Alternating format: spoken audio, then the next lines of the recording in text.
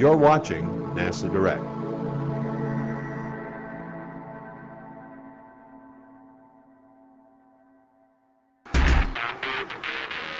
Five, four, three, two, one. Engine start and liftoff. Why do we send anything into space? Well, it turns out sending spacecraft into space has a major impact on your life, and in ways you might not even realize. Hi, I'm George Diller, a NASA launch commentator, and right now you're starting on a fascinating tour behind the scenes of NASA's Launch Services program. You ever wonder how you can receive television shows through a household satellite dish? Or how we're able to monitor the weather and other forces of nature at work on Earth? And how much effort did it really take to get the Mars exploration rovers, Spirit and Opportunity, safely to the Red Planet? None of this happens overnight. Every mission is a product of months, often even years, of challenging work.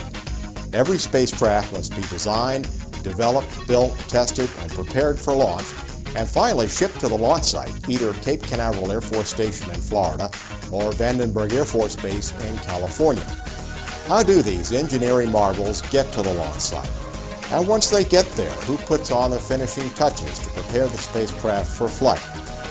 Spacecraft are shipped either fully put together or in section. They arrive on trains, planes, trucks, even boats. Then they're taken into a processing facility where engineers and technicians get them ready for launch. The processing facility is a clean room environment, but in the space business, a clean room goes a lot further than just putting things away and making a bed. Anyone working on a spacecraft has to put on a special suit, affectionately known as a bunny suit, over their own clothing. They have to tape their jewelry to their skin to keep it from getting loose in the work area, cover their beards, and tie a string around their glasses so they don't accidentally come off. It sounds extreme, but there's a good reason. They need to keep the spacecraft and its delicate parts as clean and bacteria-free as possible. When the spacecraft is finally ready for launch, it starts the last leg of its journey on Earth. It's taken to the launch pad where it is added to the launch vehicle.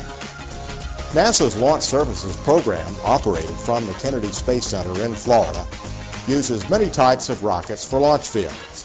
They choose the rocket that is best suited to the weight and the destination of the spacecraft and the mission's goals. Most rockets lift off vertically.